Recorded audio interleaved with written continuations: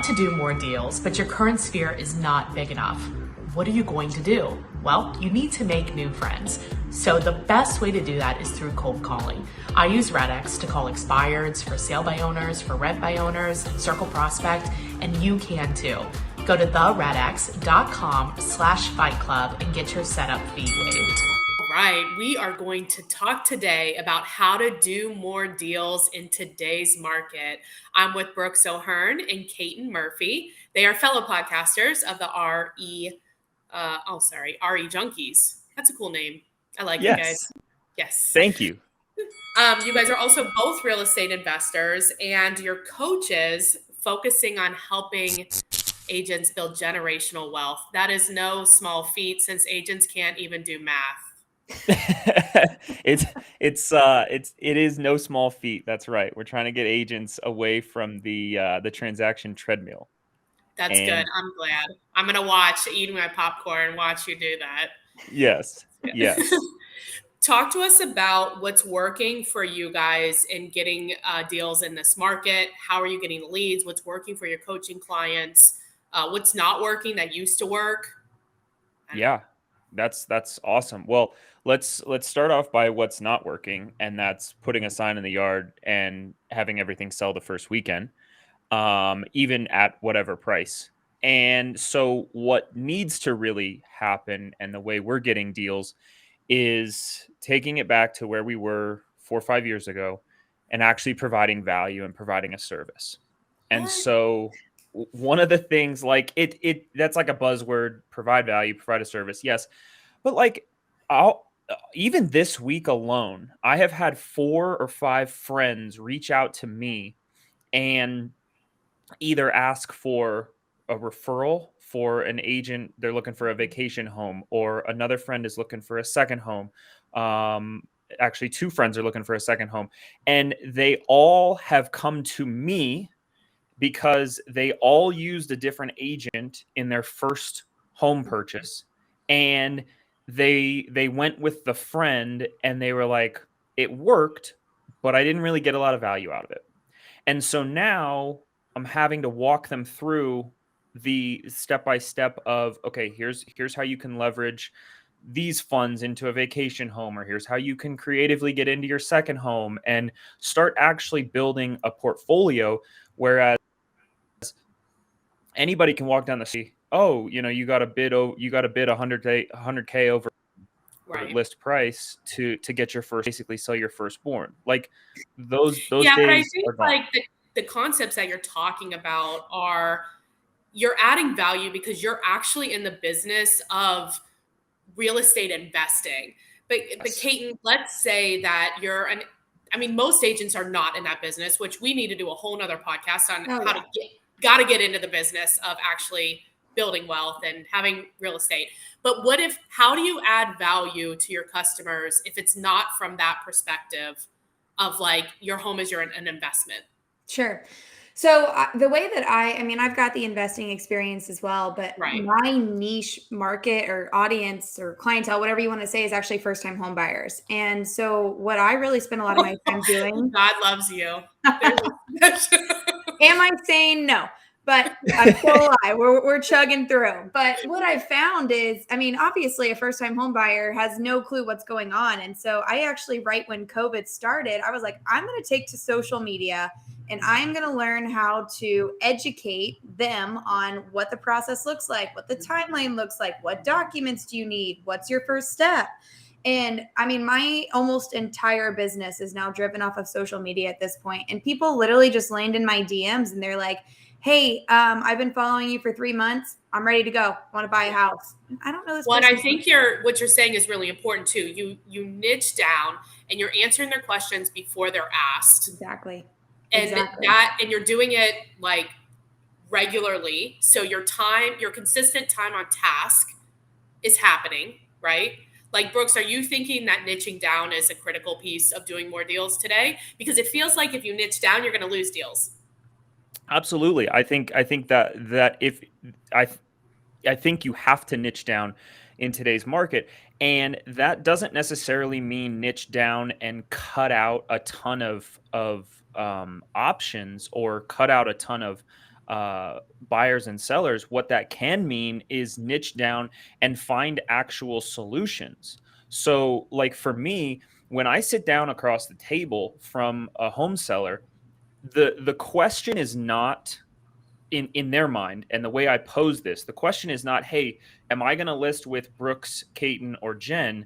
The question is Brooks going to list my house? Is Brooks going to buy my house directly from me? Or are we going to figure out a third option like a 1031 exchange or something creative like that, right? And you mentioned, like, getting into the investing business. I mean, you can know a quarter of an inch of knowledge in the investing side and still lay out multiple solutions at the kitchen table. And there is no one else in your market that is doing this, I promise you, because I have had multiple people who interact with me on social media, and we'll just say we're on two very different sides of the political spectrum, and they have come at me very, very personally, and I am still their first call for real estate. And I lay out three options, and they're like, well, we're going to pick one of these options. We're going with you. You're our solution. It's just a matter of which one. So I think what you're speaking to is something, I mean, as real estate is changing, right? We can agree. Yes. Okay. The market is shifting. We can agree. Yes. Yes. Mhm. So as a real estate agent, we need to understand that there's more than one way to buy a house, which is you providing the options. So how are you guys educating your coaching clients, your team, on all those ways to do that? How are they learning about that? I think you trim it down to just a couple that you can repeat. Okay. Good advice. So you can rinse and repeat. Each situation is going to be a little different. Mhm. And you may run into, let's say, grandma or grandpa just passed away. The family now has inherited the property. Well, in that situation, there are only a couple things they want to do with it, right? They either want to list it and try to sell for the most money if price is their most important factor, which, side note for everyone listening, price is almost always a cover up for something else. So if you think price is the most important thing in real estate, like, it's never about the money. If it was about the money, nobody would buy a Lamborghini or a G-Wagon. Yeah. I mean, come on. So like ask two more questions after you ask in the sale. The second thing is, I can buy it directly from them, and I'm very transparent with them, right? I may do the renovations, or I may just sell this contract to another investor and make a small wholesale fee. Ooh, Okay. we got so much shade on our wholesale podcast. I should have had So you. and it's there's a lot of shade. There's a lot of shade, and I'll be honest with you, up until the last deal, like 60 days ago, where I bought from another wholesaler, I was very on the side of pro investor, and like, hey, just, realtors don't understand it, and we'll just, let's each play in our own corners. I have now been given a very strong case for why wholesalers should at the very least be licensed. All right, And we'll should fight at the about very that on least, a different podcast. they have to be say what? We're going to fight about that on a different podcast. Okay. And we can, like, again, my mind completely shifted. Like, they at least need to know contracts and go through the continuing education credits and just something, right? Go through a yearly contracts class at bare minimum. Because the truth is, agents know the contracts 10 times better than wholesalers do. So if you're an agent, if you're an agent out there who is saying, like, shunning down wholesalers, take 5 minutes and figure out how you can do it in your business, because it's so simple, and you will run circles around every wholesaler in your market. We just lost our entire audience. But what you're saying is, okay, so there's a traditional, you're presenting options. One option is traditional, way of traditional selling. Another option is some type of investor buyer type. And then I think, Caten, which you would probably allude to, is based on your niche, there's going to be like another option of some kind, whether it, like for us, we do like an online bidding option. So it depends on what their problem is and solve that problem that you're getting. And if you have a niche, you know the problems. But Sure. if you're a buyer agent, so if you're a listing agent, it's easy to have all these options, right? Then you'll outpace the competition easily. If you're a buyer agent, how do you deliver value? I personally think through education. Mhm. If you have a fully informed buyer, then you've got a really strong buyer and they're able to really go in and you don't have to play the little dilly dally game of, oh, I'm just going to offer $1,000 over asking and like hope I get it. I mean, I'm sitting here and I'm like, okay, here I pull data, I make appraisal packets. I'm like, here's the data. Homes are Mhm. selling for 106% over ask. You Mhm. need to come in at this price if you want the house because they have a history of X amount of offers. So if you're fully informing your clients, then I think that you're arming them with a lot of strength to be able to go in, which then helps you as the buyer's agent as well. Are The you other thing I signing wanted a to buyer agreement? do what Are you signing a buyer agreement with my with buyers? Yeah. Yeah, right. Dumb question, right? But not really. No, not really a dumb question. Yeah, Right. the She amount of looked people at me that are like it like, was a "Hey, dumb let's question. just go show some houses," and then Yeah. they're like, "Oh, what do you mean you went with a different realtor?" Yeah. I don't typically, and this is probably against other people, what other people do. I don't typically make someone sign on the first one. Um, but typically within the first couple showings, we're signing it because we have to vet out if we're going to be a right fit for each other. I've had Right. clients who I've gone on showings and I'm like, I don't think this is going to work. Not Yeah. just for you, but for me. And, I'm like, before I even have to get on the road of firing you, we're just going to call it quits and I'm going to refer you to somebody else. But if you're a buyer agent, it sounds like having a process for how you create the deliverable, which is finding a house for them and getting them under contract. That just having that process and knowing that process and following it every time is the value. Absolutely. Absolutely. Well, Yes. buyers agents, especially over the last couple of years with the insanity of the market, were working their absolute tails off. And, Right. listing agents, you could just stick a sign in the yard, you waited for everything to come in, and then the buyers agents took it over and had to get the deal to close. So Right. you really do have to have a streamlined process, or there's no way you're going to be successful because you can't gain traction.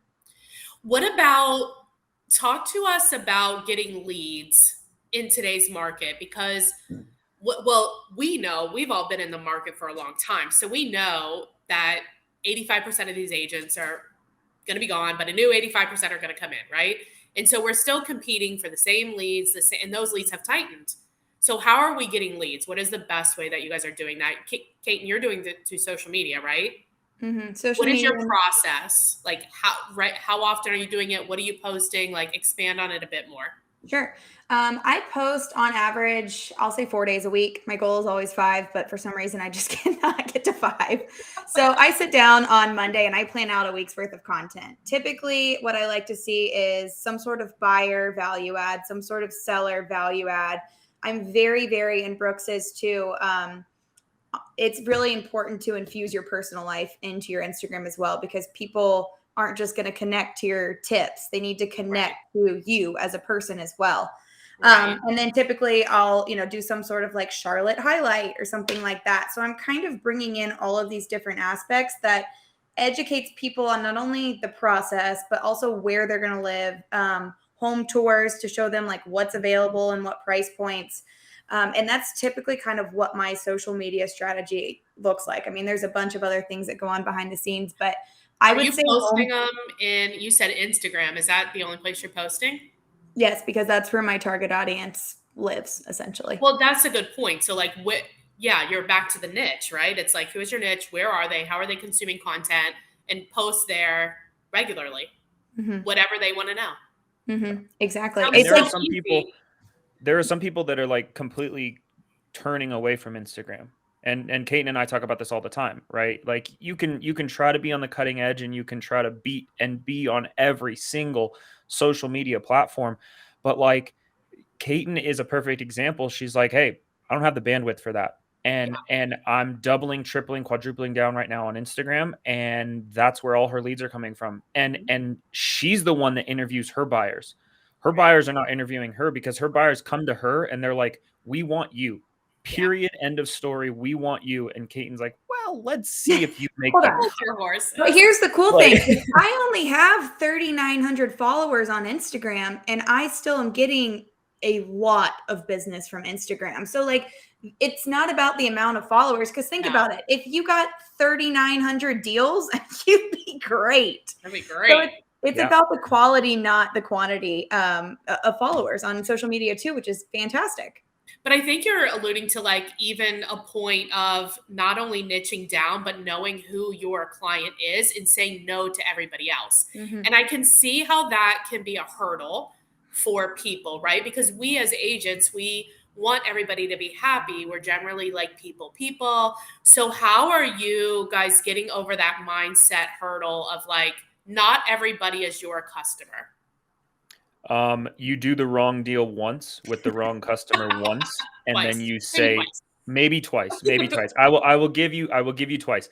But in all reality, if you care about your own business, and in your last podcast that your most recent podcast that I've listened to, you talked about like treating this like a business. Yeah. Right. This is a business. Mm-hmm. So if you are an agent and you have had one or two poor deals with poor clients that you wish never again to do another type of deal like that, then understand who they were, what the red flags were, go back and say, I will never do that again. Are you giving me dating advice now? I feel like you are.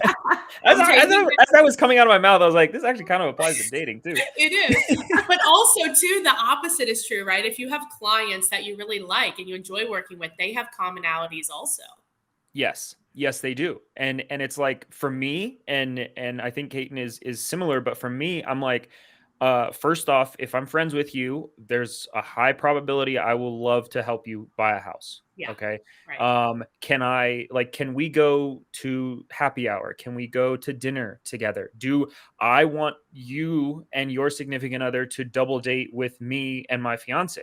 Mm-hmm. That's another question. Like, that's easy. Okay. And then vacation with you. Those are a lot of questions that I ask myself. Like a lot of vacation. Could. We're not taking everybody on vacation, but that's something like, hey, could I go on a vacation with you? Yeah. All right. Come on in. Let's go. Other than that, it's a referral. Take the referral credit and move on. And if you are going to refer, do it for more than what you think so many people, they're like, well, 25% is the average. That's what we do. According to who? Who said that? Right. Like, we just do a deal right now. It's 50%. I mean, we do them all day long. It's fine. Yeah. And it also, and that's also probably dependent on what you're, how much prep work you're doing and what there's a lot of factors. Yeah. What kind of value you're bringing to that other agent, right? If I just simply make a phone call, I'll take 25% all day long, right? For one Facebook post to find a referral agent in that new city and then make one phone call to connect them. Well, and if they're in your rev share group, you do less. Exactly. Good. Exactly. Now, Caten, so if I want to get a deal now, today, what do I do? I would start by consistently posting home tours in your city, and post home tours in the price point you want to be selling in. That's such a good advice. Yes, because if you're posting home tours in a $350,000 house, then you're going to be selling a $350,000 house. Yeah. People love HGTV in their pocket. So like, show them the pretty houses, show them what's going on in your area. Are there festivals, things like that? And just show up on social media. We always like to say, document, don't create. There's no need to sit in your office for 4 hours a day trying to come up with content. Just literally show people what you're already doing, and do it consistently. I love it. Yeah. So Brooks, you and Caten, you guys have a lot going on. You've got the RE Junkies podcast. Yes. You've got your coaching. You guys are NLP coaches. Tell us like what you're working on. If people want to get in contact with you, what's the best way? Give us all the good stuff. Yeah. Thank you. So the perfect way to get in touch with us is social media. Both of us are on Instagram. So Brooks O Hearn is very simple on Instagram to find. And then Caten Murphy is the letter K, number 10, Murphy, and both on Instagram. Now the NLP coaching is sales and communications. Basically, if you want to know how to scientifically get buyers into a house much faster without showing them 50 houses. If you want to scientifically know how to negotiate through the entire process of your real estate transactions, that's what NLP is. It's communication on a science-based level. It's awesome. And so what we do is we've actually got a program that we've developed where we will go into an office and train with your team for an entire day. And you're right there live with us role playing.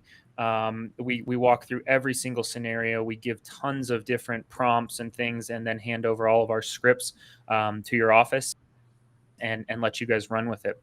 And then we also coach on social media. And so if you're looking to turn your social media into a revenue and a lead generation platform, then let's do it. Because the reality is the stats show everybody spends an hour or two a day already on social media. So it's time to get paid for it. Yeah, right. Like it's time to get paid for it. We break things down. Our mission is to break things down so they're so simple. And this business, a lot of gurus and coaches and everything, they try to make things so complicated, and you've got to layer in all these different follow-ups, and you got to have 19 different softwares and shit. And it's like, just break it down. And we say it's step 1, 2, 3, and you will make more money in this business than you ever have before just by breaking it down and keeping it simple. Yeah, and to who you really are and what you're really going to do. Not what you think you might someday do, hope to do, wish to do. Yes. Like, what are you really doing in reality? Yes. Actions matching what you say. That's it. Yes. Put it in play right now, and then scale and reach the next level when that comes. Like, great advice. You can't outrate. You just can't. Is your podcast everywhere? Yes. Apple, Spotify, Google, wherever. Yes. So RE Junkies, the RE Junkies, or you can search either one of our names. And we break down case studies, some horror stories. We get some really fun horror stories and like the truth about some of the hard-earned successes, like the hard learning lessons that in real estate. Awesome. Well, I appreciate you both being on. Thank you so much. Thank you for having us. Are you struggling with what is the ideal path for you? What's next for you? There's so many options to try to figure out, and there's so many different ways that you could take your business, but it's all pretty confusing. So our coach, Coach John Kitchens, came up with a short little quiz that will help you figure out the ideal path for you. Go to realestatecareeraccelerator.com, take the free short quiz, and figure out your ideal path. That's realestatecareeraccelerator.com. Don't forget to hit the subscribe button so you don't miss a podcast.